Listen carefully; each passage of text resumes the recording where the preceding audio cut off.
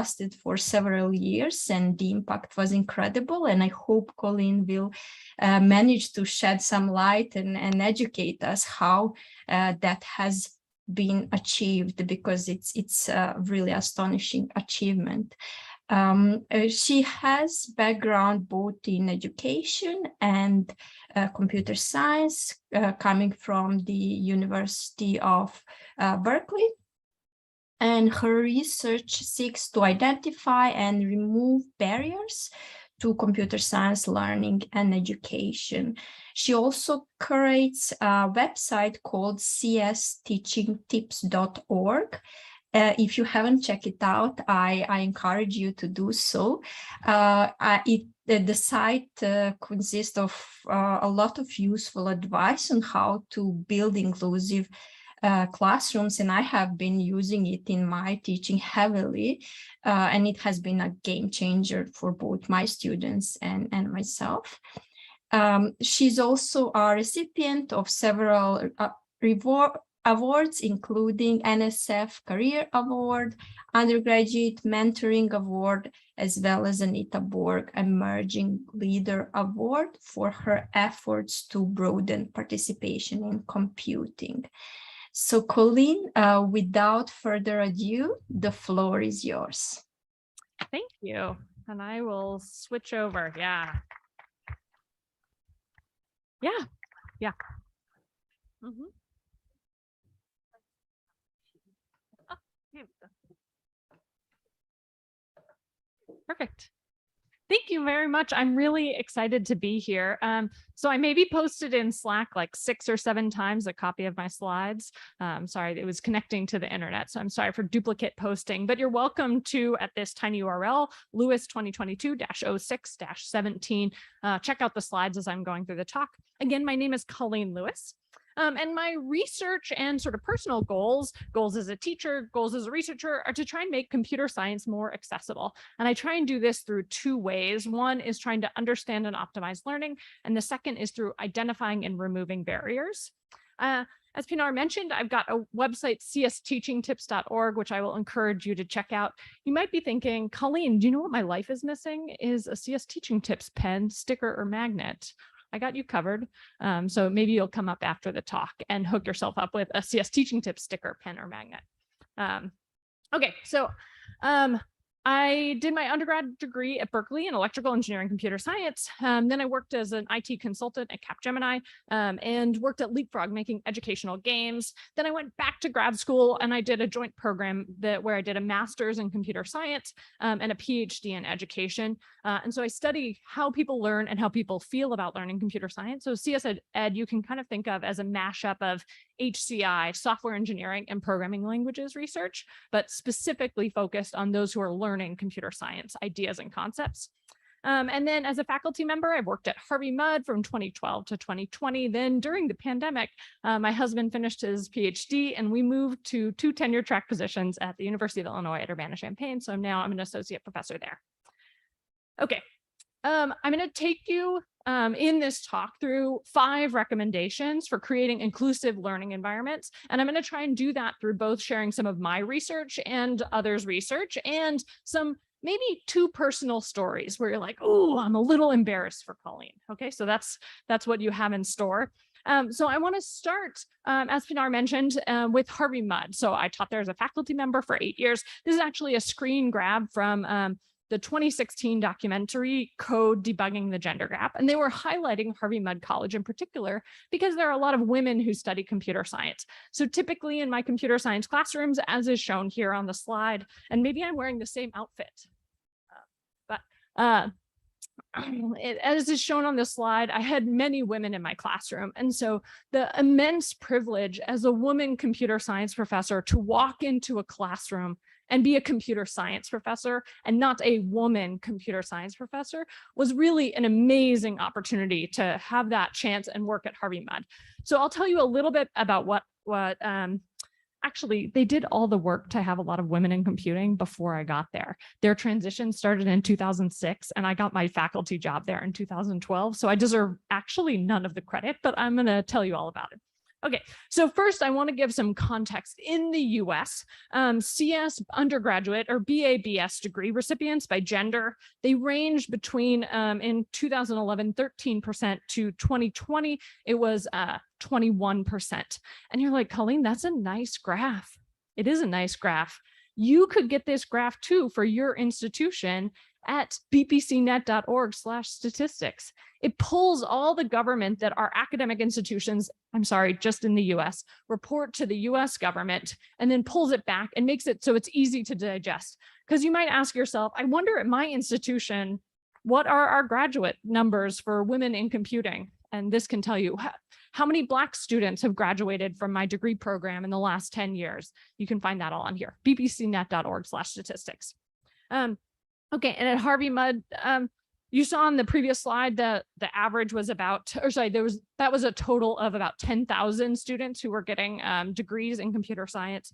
At Harvey Mudd, that number is just under 400, but you can see that the percentage of women in that program is actually much higher. So here, I think it's ranging from 31% to 58%, I believe, in that same time frame. But again, it's really small numbers that we're looking at across that.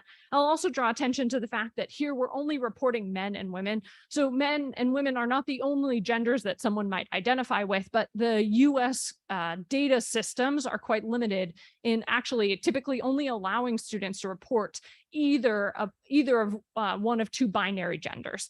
So that's a data limitation that we have here. And again, bpcnet.org/statistics. Maybe you want to find out what are the numbers at your institution. When we looked at them at the University of Illinois at Urbana-Champaign, people were like, Colleen, these must be wrong. And I was like, they're not. They're like, they must be wrong. It looks like we're doing very, very poorly.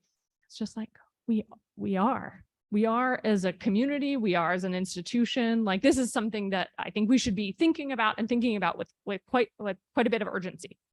Okay, so if you're like, Colleen, tell me all the things that Harvey Mudd College did in 2006 before you got there.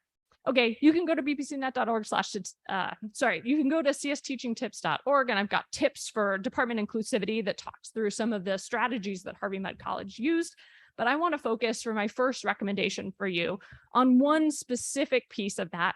And that was Harvey Mudd created multiple paths into computer science. So on the screen, I have a flow chart where students might take high school or HS computer science or advanced placement or AP computer science. Advanced placement is a thing in the US where high school students can take courses and then an exam that gives them, and many institutions, college credit. But students coming in from high school have varied experiences. And based upon their varied experiences at Harvey Mudd, starting in 2006, they had multiple on-ramps. So students with no experience took CS5 Gold. Students with some high school experience took CS5 Black. Those are the school colors, by the way. And then students with a ton of experience actually took the first 2 CS courses smushed into one semester. So you can see these paths so that sort of no matter what your level of experience, there is a course that is designed for you. A trick here is that CS5 Gold is taught by the most charismatic and effective computer science instructor that you can possibly imagine. His name is Zach Dodds, and it equilibrates some of the balance between like, oh, but I'm a student who doesn't have high school experience. Okay, so that is one of the key pieces that they did. And you're like, well, Colleen, how did that get them more women? So women are actually less likely to take AP computer science in high school. This might not surprise you. So again, AP is this like special designation for high school classes. And this graph here is taken from the 2021 State of CS report. You can find that at advocacycode.org/state of CS. It actually has really good data broken down by race, ethnicity, gender, and disability on a state-by-state basis about what does access look like for elementary school students, middle school students, and high school students. So similar to bbcnet.org/statistics, if you're in the US, you might want to check out that State of CS report to see what the data looks like in your state. And I think you might be disappointed and surprised. Okay, so back to our graph. So this is plotting the number of people who are taking AP Computer Science. And you can see here that students are broken out into female, male, and only as of 2020 was the organization that runs the Advanced Placement Center allowed students to select a gender identity other than male or female or man or woman. And you can see that the rates of women taking AP computer science are increasing. So 2020 was at 31%. But it makes sense that as we think about our flow chart into these multiple paths into computer science, that fewer women are going to be coming in with that high school preparation. So I'm going to talk about 3 problems that not having multiple paths into a major will create. And the first is it overfits to experienced students. So in collaborative research, we interviewed students at the University of California at Berkeley and the University of Washington at Seattle. And a student in this interview reported CS1 or an intro CS course. It's like taking a foreign language class, but the majority of students are already native speakers. You think that help you, but teachers adjust to the native speakers. So people who are new to the idea get left behind in the dust. So we think about that access in high school. Really, if we are overfitting to our experienced students in our courses, then even if we have an intro course that's designed for students without experience, that it might be calibrated such that it's actually not helpful to students without experience. At the University of Washington in particular, it was the students there were having to compete to get into the major. So they were often trying to get a 4.0 or perfect A's in all of their intro CS courses so that they could apply and then be accepted to actually become a CS major. You can imagine that those types of competitions can lead people to drop the class at the last minute if they think they're not going to get an A. You can imagine that that leads people to a little bit more cheating. And you can imagine that creating a more competitive environment overall. So as researchers looking at the fact that as the number of computer science students was booming in the US, a number of institutions were increasing these restrictions of how hard it is to get into computer science majors. So we looked at competitive enrollment and the ways it might create a competitive environment climate. So we looked at competitive enrollment, and we really overclassified institutions. Here we were looking at 80 institutions and surveys from students at those 80 institutions, over 1,000 students. So we overclassified departments as competitive enrollment if they had any restrictions or any barriers to becoming a major. And we found that it negatively predicts first-year students' perception of the computing department as welcoming, their sense of belonging, and their self-efficacy in computing. And self-efficacy is just their belief in their ability to succeed in computing. And these relationships were stronger for students without pre-college computing experience. And all of this work was controlling for race, ethnicity, and gender. And so I think, again, overclassifying competitive enrollment in departments with competitive enrollment means that I think the results actually might be quite a bit stronger than what we found here. But I think additionally, those competitive environments can make the department less welcoming and really impact students' emotional experience.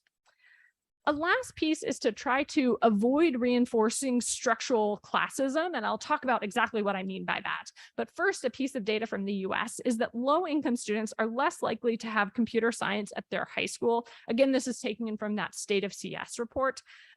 And in the US, we classify students as low income with this sort of crude measure of if they are eligible for free or reduced price lunch. So this means that those kids, when they attend school, they're provided potentially breakfast and lunch because they might not be food secure, they might not have good access to food at home, etc. So this graph is looking at what percentage of, the x-axis is looking at what percentage of students at a school qualify for free or reduced price lunch, under 24%, sort of broken out into quartiles here. And then you can see a downward slope. The y-axis is saying what percentage of students at those schools have access to computer science at their school. And you can see that for students in the attending schools where 75% or more of students qualify for free or reduced price lunch are the least likely to have access to computer science at their school, just 41%. So if we think about at the university level, say my university requires either on paper or practically that students have access to high school computer science.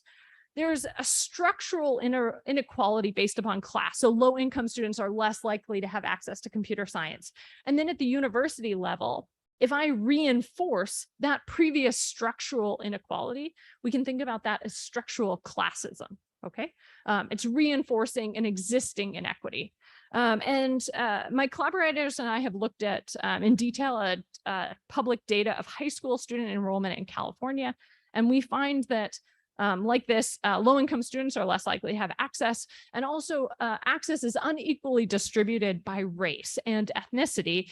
So Black and Hispanic students, Indigenous students, so this is Native American, Native Alaskan, Native Hawaiian, or Pacific Islander students, and Hispanic students are less likely to have access to computer science at their high school. And women, regardless of whether or not it's offered at their high school, are less likely to participate in computer science. And we can talk a lot about why those reasons are, but I think it's really important for us to think about that context that precedes the higher education institution to say, oh, well, what are the ways in which we can create multiple on-ramps into computing to avoid reinforcing that structural classism?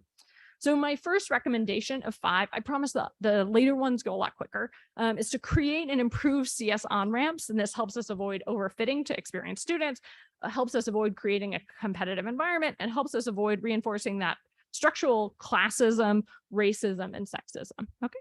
Hopefully you're like, yeah, I want to create better on-ramps into computer science. Yeah. Okay. And let me show you a counterexample of this.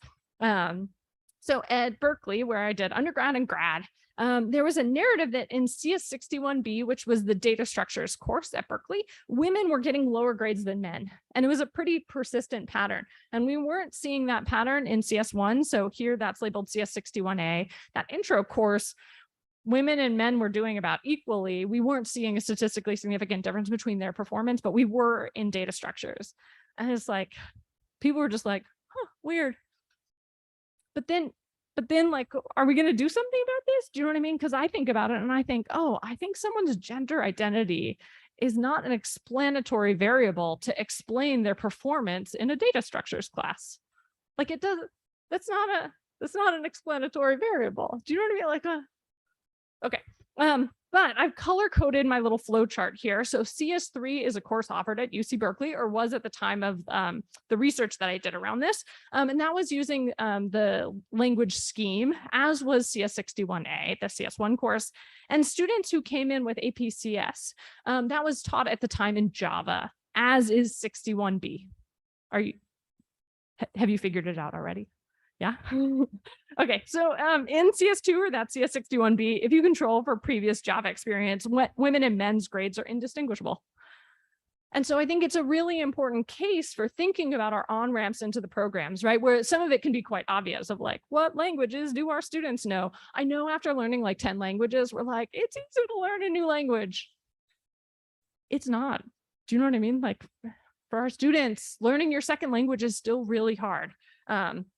And so we can think about times where we're seeing demographic-based patterns, and we can be like, ooh, you know, someone's gender identity or racial identity or ethnic identity is not an explanatory variable for underperformance or poor performance. So really challenging that and looking at that. And I promise I'll tell more positive stories about Berkeley later to try and like redeem them. Okay, but my next recommendation that we're going to get to is to believe students can learn and struggle. And you're like, Colleen, we have already seen this slide. This is the slide with the logos of all of your institutions and a bonus photo of myself and Irene Jung. Irene's my best friend. We met in our intro physics class, and you're like, uh-oh, Colleen, we're entering the embarrassing story portion of this talk. And that's right. That's right. So I want to tell you about my own experience in CS61B. It starts with meeting Irene in my first year in a physics class. She was going to be an electrical engineering computer science major. She was like, Colleen, next semester, I'm taking this class, CS61A. I think you're really going to like it. And I was like, I don't know. I'm pretty sure computer science is for smart people. Like, I don't know. I think I don't belong. She gets me through CS61A, a little bit kicking and screaming, because like you go into the classrooms and it just seems like everybody else knows what they're doing. I don't know if you have that experience. Even like at this conference, looking for the registration table, I'm like, everybody else knows where they're going, but I don't know where the registration maybe that was just me. Okay. So in CS61B, I'm like, okay, Irene, you're going to wait a semester to take CS61B. I'm going to give it a go because I'm really liking this computer science thing. I think it's fun. But I go and I sign up for the class without Irene, and then I go to the lab sections, and I look around and everybody seems to know what they're doing, and I do not know what I'm doing. And so I just leave. I don't ask for help. I don't tell my TA I need help. I just leave. And you might not be surprised, 5 weeks into the class, there's just like a clear path that I'm on. Do you know what I mean? And it's like, you know, when you're like, oh, this paper is not going to get accepted, or Colleen is going to fail CS61B. Luckily, I was able to late drop. I don't know if any of you have had to late drop a class, but the emotional experience of late dropping a class is not wonderful. And you could imagine Irene or my other friends being like, ooh, Colleen, you had to late drop CS61B. Like, you might not be cut out for computer science. Do you know what I mean? It might not be your jam. There's lots of other things you could do, hun. Luckily, that is not the take Irene took. The next semester, we took the class together. It went much better. When I went to the lab and I got stuck on something, I asked Irene. When we were both stuck, we would ask other people. It was a much more fruitful and pleasant learning experience. It wasn't entirely amazing, though. I didn't come in from the diagram with Java experience. And on the first exam in CS61B, again, this is the second time I took the course, I got a 5 out of 25 on the exam. And you're like, well, you know, sometimes exams are unfair. Do you know what I mean? I don't know that that was the case. I think I might have just known 5 out of 25's worth of the CS2 content at that point of that exam. But the key piece is that I didn't know it yet. It didn't mean I was never going to learn Java or never going to learn data structures. Actually, as a graduate student at Berkeley, I taught CS61B 3 times. And you're like, well, they'll just let anybody teach stuff at Berkeley. No, well, maybe, but also I had learned it by then. When I took it the first time and had to late drop, I didn't know it yet. When I took it the second time and got a 5 out of 25, I didn't know it yet. But that didn't mean I was never going to learn it. Okay, I want to pull another quote, which was quite the opposite of what Irene shared with me. So an interview participant said, even my professor told us that some people are just born that way, with the mental outlook that is compatible with CS. They feel it's so easy for them. Yeah, and he told the rest of the people that some of you will try, but some of you won't get it. And it's just that your mental outlook isn't made that way. It's something you're born with. You can't help it. And I want you to think about, if this had been Irene, my friend's mindset, like what might have the coaching been? Do you know what I mean? She definitely would have been like, Colleen, you're not cut out from computer science. Like, we have repeated evidence of failure. Like, get the hint. Luckily, that is not what she was doing. She was enforcing this idea that Carol Dweck and other scholars talk about as a growth mindset. So these are quotes taken from my paper. As they say, success in CS2 is basically all up to you as far as how much you want to put into it and learn. I'm sure if I try hard enough, I can learn. Versus CS ability is something you're just born with. And I guess because programming comes to me pretty naturally.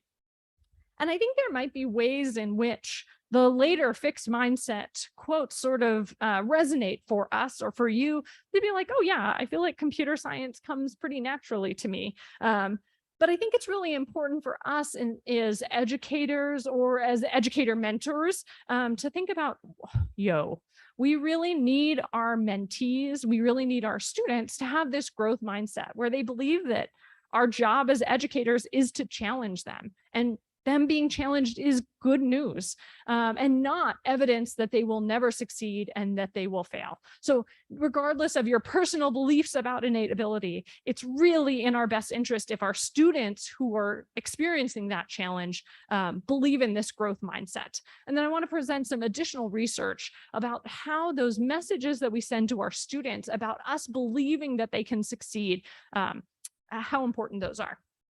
So here's a study from 634 courses that were taught by 150 professors. So in this study, what they did is they surveyed students and they surveyed those faculty members, and they surveyed the faculty members about their beliefs about fixed versus growth mindset. And they found that STEM faculty, science, technology, engineering, and math faculty who believe ability is fixed have larger racial achievement gaps and inspire less student motivation in their classes.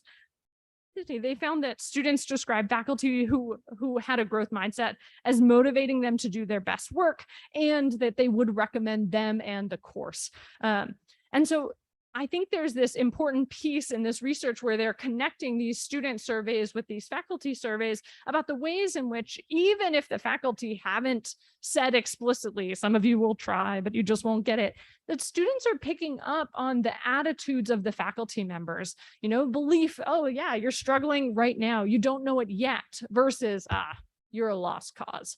And so I think that hopefully that helps us see how our implicit attitudes might be important here.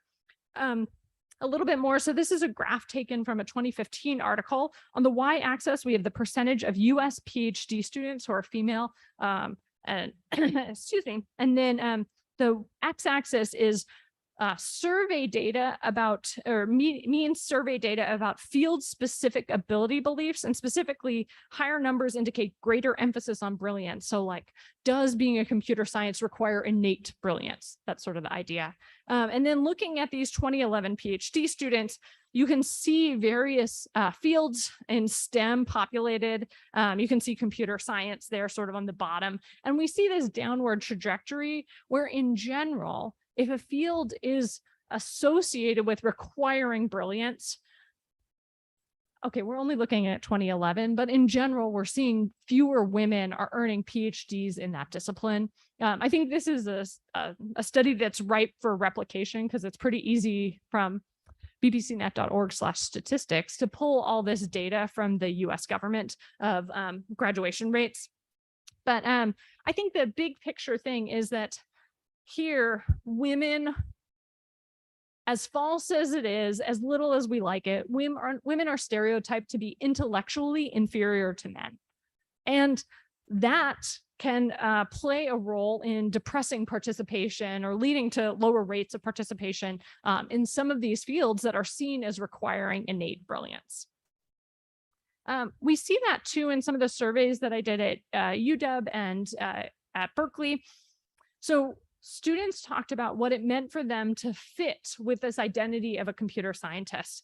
And for every dimension of their identity that didn't fit with that stereotype of computer scientist, they had to do some work to explain why, well, it's not a requirement of the field, but it's just a pattern of the field. So take me, for example, as a woman, I need to explain why it's okay that I'm a woman, even though the stereotype of computer scientists is that they're men. It's not that men are better at computer science, it's that it's a pattern that there are more men. And so it's not a requirement of the field, just a pattern. And I have to do some work to explain that to myself and establish my own sense of belonging in the field. However, as a white person, because computer scientists are in the US are stereotyped as white or Asian, I don't have to explain why my racial identity, because I'm a white person and computer scientists are stereotyped as white or Asian. And so we looked at this work that our students are having to do to make sense of the stereotype of computer scientists as being antisocial, never wanting to shower, white and Asian men. And sometimes I think about this and I'm like, does this stereotype align for anyone? Do you know what I mean? Like only wants to do or talk about computer science, doesn't want to shower or have friends. Like I think in this room, probably no one's like, yeah. And so I think we all have to do this work a little bit, but I think it's important to think about the ways in which multiple dimensions of our identity don't fit with these stereotypes of computer scientists means more work. Okay. So those were our first two big buckets of recommendations for you, is to create and improve CS on-ramps, and then believe students can learn and that they will struggle, that that's a normal part of the process. Okay, my next tip, another embarrassing story. Okay, you know when you're working on your dissertation, and maybe you're sitting at a coffee shop, maybe it's COVID, maybe some of you who are working on dissertations are sitting at home, and you read a paper or do some work, and then an hour, 2 hours, 3 hours into that work session, you realize that was not fruitful. At the end, I realized at the end of those 2 or 3 hours, I just have essentially wasted 2 or 3 hours. And maybe you're my mentor and you're like, no, Colleen, it was not wasted. But yeah, you know, I learned more, whatever, but it didn't produce words on the page. It is now just a research direction that's not fruitful. And I found that I would tell myself after these hard work sessions that didn't produce tangible results, like, Colleen, you're never going to finish your dissertation at this rate. Do you know what I mean? Like, you're just sitting here wasting time. Like, what are you even doing? You're never going to finish. That's not very nice self-talk that I was experiencing in grad school. And I had a realization at some point that, like, this is the work. This is the work, is sitting here and hitting dead ends and realizing that the last hour or 2 hours of work didn't produce any tangible results. This is the work. There aren't shortcuts. And so to try and motivate myself to feel good about it, when I had my butt in the seat and did that work, I now give myself stickers for every 45 minutes of work I do. Because the extent to which I'm beating myself up after doing the work that's going to get me where I need to be is not very productive. So the broad big picture thing I want to talk about next is the ways in which our work and our learning are intimately connected with emotion. And so raise your hand if sometimes, just maybe once, you've ever procrastinated. Okay. I can't see on Zoom. I'll assume that none of you would have raised your hands. No. Okay, we all procrastinate. And I think as teachers and mentors, I think it's really important for us to be a little critical about what is procrastination. And at my worst, I think, oh my goodness, when I'm procrastinating, I'm just being lazy. I'm so lazy. But I think if I think about how I'm feeling when I am procrastinating, I don't feel particularly lazy. I feel avoidant. I feel avoidant of the negative emotions. This paper just got rejected, and so I'm procrastinating working on it, even though I need to turn it around for the next submission. You know, the last time I got feedback on my writing, they said it wasn't very clear.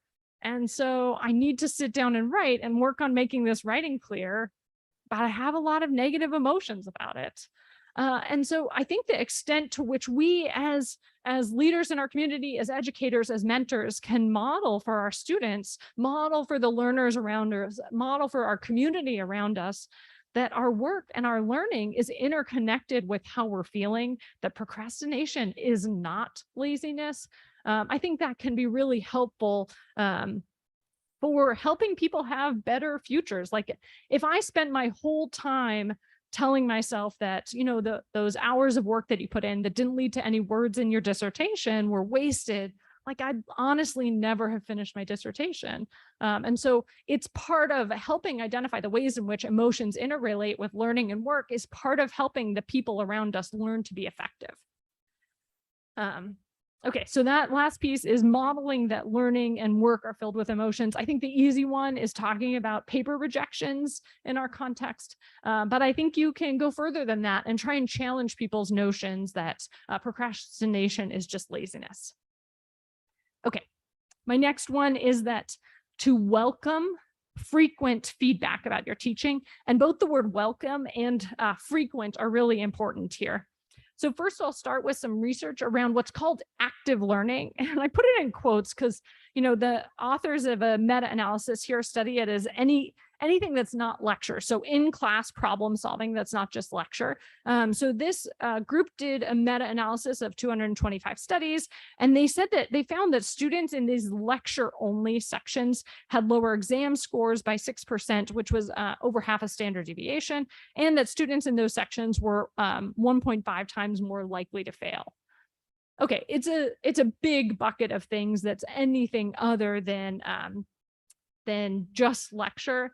But I think the big idea is that giving students pauses during class, even just be like, oh, I just taught you this thing. Try and explain it to your neighbor. You have 1 minute. I think can be an effective strategy and gets you towards this result. And you're like, Colleen, I don't know if you remember, but your recommendation was feedback. And so my framing for why I do active learning, I appreciate this research and the research on the next slide that I'll show you, but I find it's really helpful for me in improving my teaching. So if I give students a problem to try and solve, or I just say, you know, I just tried to teach you a thing, try and explain it to your neighbor, and I walk around the room, I can get really immediate feedback on like, how'd that go? What are they understanding? What are they not understanding? And that feedback is really powerful for helping me grow as an educator and just be more effective at my job. The same set of scholars published another paper looking at 15 studies of exam performance and 26 studies of pass rates. And they found that on average, active learning reduced achievement gaps in exam scores and passing rates. And active learning benefits all students, but disproportionately benefits offers disproportionate benefits for individuals who identify, and this is their grouping, is students who identify as low income, Black or African American, Hispanic, Latino, or Latinx, and or Native American. And so I think the previous slide talked about how active learning just in general is better for students. And this work really helps us see that there are disproportionate benefits, additional benefits for particularly people from groups underrepresented in computing, as compared to their representation at academic institutions or in the US population at large. Okay, so I think hopefully that motivates you a little bit. I want to talk about this key identity piece for me about teaching, and it relates to feedback and this idea of welcoming feedback.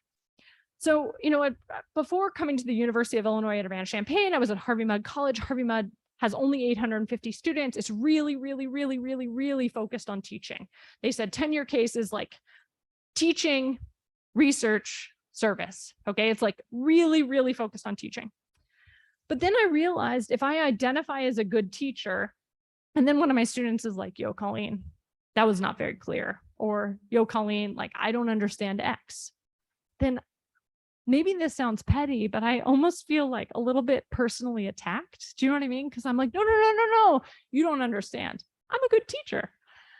And so any of their feedback about the ways in which I am not meeting their learning needs didn't feel good. Do you know what I mean? And maybe you've had this experience as well of reading your teaching evaluations and being like, oh, dang, I really tried. And like, some of them hate me. Do you know what I mean? And some of them think I do a crap job at teaching them. Okay, so that was where I was. My new identity and something that I share with students to really open myself up to feedback and to open them up to giving me feedback is I identify as a teacher who cares. So I give my students a spiel. I'm like, if you think I'm the worst teacher you've ever had in the whole world, one, I'm sorry, but I want to know that. I mean, I want more specifics than that because I want to use your feedback to become better as a teacher. But if you think I don't care about your learning, I will be offended. Please do not say that on your teaching evaluations.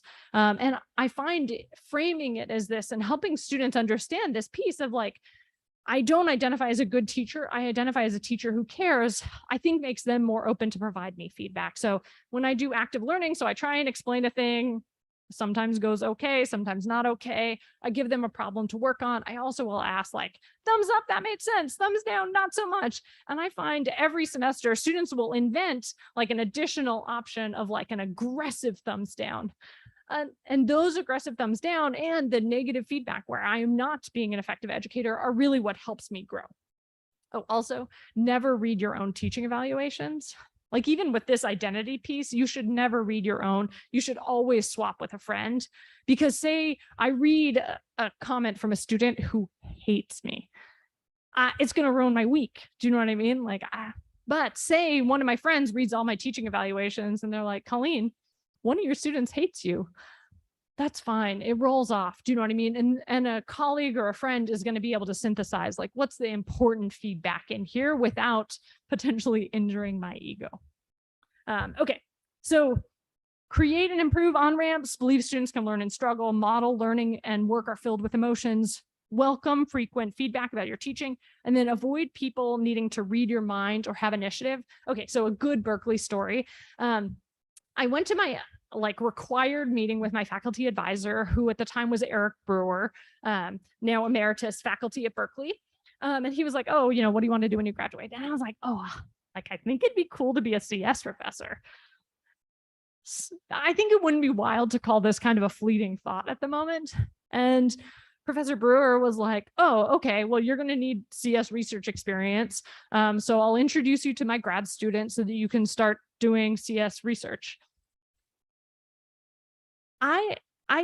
That's cool, right?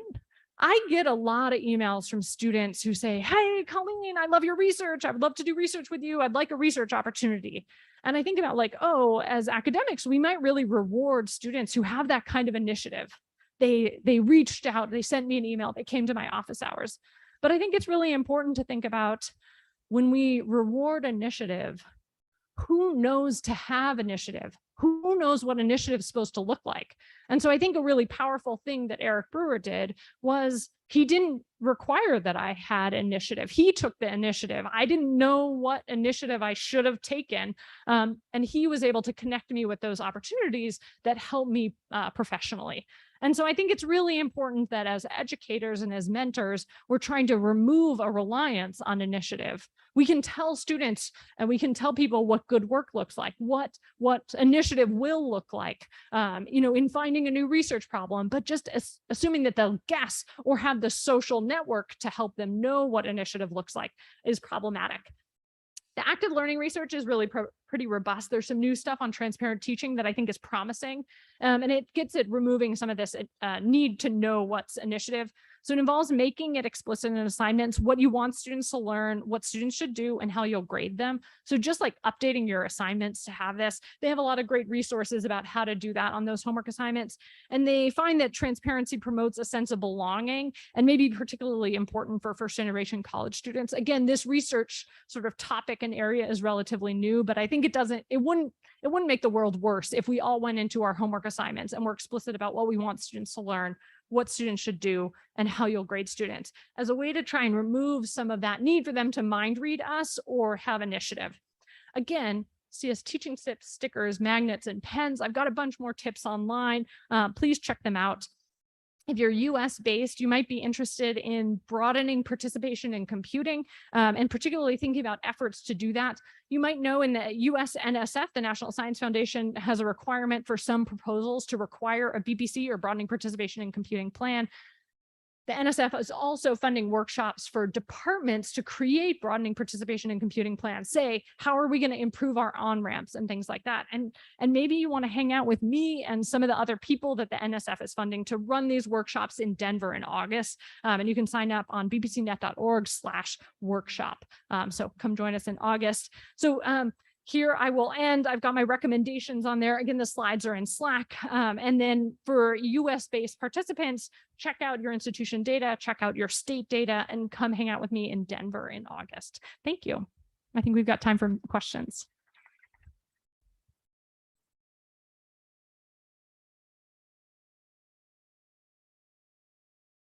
I think if you start talking, it'll work. Yeah. Thank you for the talk. Dave Meyer, Portland State. You've heard about the pandemic, right? Say more. I'm sorry. So, we just graduated sort of our second class of pandemic students. They kind of survived partly because they'd already formed the networks as, freshmen, sophomores, community college transfers. We're a little bit freaked out right now about, the rising students have largely had an online education, and how are we going to get them connected? You got any help? No, I wish. I think it's a really important question, and I won't answer your question because I don't know how to create online community. It's not my area of expertise, and I think we all know it might be very hard. I'm sorry to not answer your question, but I will say one thing that I think has come out of it for academics is realizing that there might be ways in which a rigid course structure doesn't align with being a human in my classroom. And I think the COVID has really made that obvious to us, even though it was already true. And so I've been pleased to see a number of faculty expand the extent to which they allow late days and things like that. But I don't know, I had office hours. I taught a 1,200 person class in the fall. How do you build community in a 1,200 person class? I have no idea. And I was like, oh, they'll come to my office hours, and I'll give a talk with the women in computing group to try and get them to come to my office hours. Consistently 4 attendees. Do they all know each other's names? And do I know all of their names and their hobbies? Yes. But how do I do that at 1,200? I'm sorry to not know. For trying. Yeah, thanks. Do I need to turn down? Okay, yeah. So thanks so much for this great talk. I think I hope everyone can adopt the tips you shared, and I really like the data-driven approach that you provided. So I have a simple question. So you talk about, all these tips like active learning, reduce the gap. So my question is, what about the average? Are we raising the average because the gap can be closed by bringing the average down, right? So. Yeah, no, I think that's a really important piece in closing these gaps. And I think the thing that I find compelling about the broad literature around closing gaps in performance is that it tends to raise everyone's performance, and then in doing so offer disproportionate benefits from groups who were doing less well. And I can think about this as like a very simple example in my own classroom is I try and teach a thing and people are like, nope, I don't understand that. Like, excuse me, semester after semester, students were like, yeah, Colleen, I just don't get hash tables. And I'm like, ow, you answer all the questions on hash tables correctly. Like, you know what you know. Do you know what I mean? But they're like, we don't understand it. And through iterative development and through working with them, I changed how I taught hash tables. They're still getting all the questions right, but now they're like, oh yeah, I totally get it. And so I think that as educators, if we're not embarrassed about how poorly we taught in previous semesters, we're not on the right trajectory. You want to look back at your past self and be embarrassed about how ineffective it is. So I think with none of the approaches that I've seen have been shown to have worse outcomes, although I'm sure I could do it and do it poorly. And so that's this key piece of feedback, where if I am trying to adopt a practice that's better in general, say, but then I do it very poorly, I need to be open to hearing that it's going poorly and my students aren't learning, so that I can try and lift all boats and potentially have disproportionate benefit for some groups. Thank you. So this is top. Sorry, great talk. I'm looking forward to apply a bunch of things to my next course. I have so many questions, but one or two that bothers me is, like, you mentioned not creating competing environment, but how can we stop them to arise spontaneously when we're grading them? Because there is a number there that says this one is better than you, right? So how do you fix that? Yeah, and I think I see it particularly amongst PhD students, where any PhD student in my group who experiences a success, the other students in their group sometimes interpret that as feeling, oh, well, I didn't have that happen. Do you know what I mean? And so I think it is a natural thing where people are going to be comparing themselves to each other and potentially feeling bad about it. Two things that I think can be helpful. One is, I think stories that involve the word yet can be helpful. So you are welcome to tell my story of having to late drop data structures and then getting a 5 out of 25, to tell your students, like, yeah, it might not be going well for you yet. You might not know it yet. I think those stories can be impactful, even though the problem is much bigger than that. I think a second piece is curved grading. So we say, well, the top 5% of you are going to get A's and the next blank percent are going to get B's, et cetera. I think can engender additional competition. And so the practice that was used at Berkeley and a lot of other places is to have a straight grading scale. So for example, at Harvey Mudd, I had 300 points in the class, and I was like, you get above this many points, you get an A, you get above this many points, you get a B. Sometimes I had to bump the grades up a little bit because my exams were too hard, but it made it explicit for students that everybody could get A's. Do you know what I mean? That's on the table. And I think that can hopefully help reduce some of the competition that can result. But I think you're right that peer comparison and that competitive environment might still exist. Thank you. Thanks. So I'm from Carnegie Mellon, and I think we're tied for first with Harvey Mudd for the best ratio of women in CS. I think we're 50%. Harvey Mudd is 49%. So but I would say the challenge that I see is that within our within the CS major, there's a definite lack of women in systems. So what are we doing wrong? What can we do to fix that? Yeah, I love that question. I have a secure and trustworthy cyber infrastructure, a SATC NSF grant, trying to look at some of the ways in which we have field specific gender segregation, and think about like, what are the narratives that we have about, in particular, systems work, in particular, security work, that is leading to these sort of very differential rates of participation. I think that there are fields or subfield specific stereotypes, and trying to figure out how do we tap into that. I think the one thing we're seeing with security is students are saying like, oh, you need to do like low level programming. And somehow, and I think systems, we think of it similarly. And something I don't know how we figured out is that we think low level programming is masculine. And it could relate to the broader stereotype of like, the less it relates, the more it relates to humans, the more feminized it is, the more it relates to machines, the more masculine it is.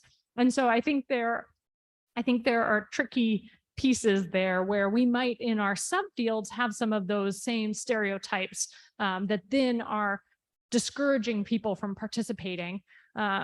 Like as a woman, when I was 18, 19 and considering majoring in computer science, I worked at a summer camp, and I met a lot of people who were not computer scientists, and they were like, Colleen, you're interested in majoring in computer science? You won't like it. You won't like sitting in a basement coding until 3 a.m. And these are not computer scientists telling me this. They don't know, they've never seen me do computer science. They don't know what computer science is maybe. And so I think there are like broader societal problems on that. And it might mean that in fields like systems, field like security, we have to work harder to create opportunities for women in computing. But I'd love to talk more about it because I think we don't have I think we don't have clear strategies to achieve what is our goal, which is not having barriers to participation in our fields. Team, we have 2 minutes left. So maybe I'll take one question and I'll answer it so quickly. The answer is yes. Thank you for your inspiring talk. This was eye-opening for me. And the question is, in one of your slides, you mentioned data structure story from UC Berkeley. So this happens in general in my university also. So some students are taking data structure class. They in undergrad, in high school, they took C or some advanced classes. Some students don't aware of C, and these students cannot do well.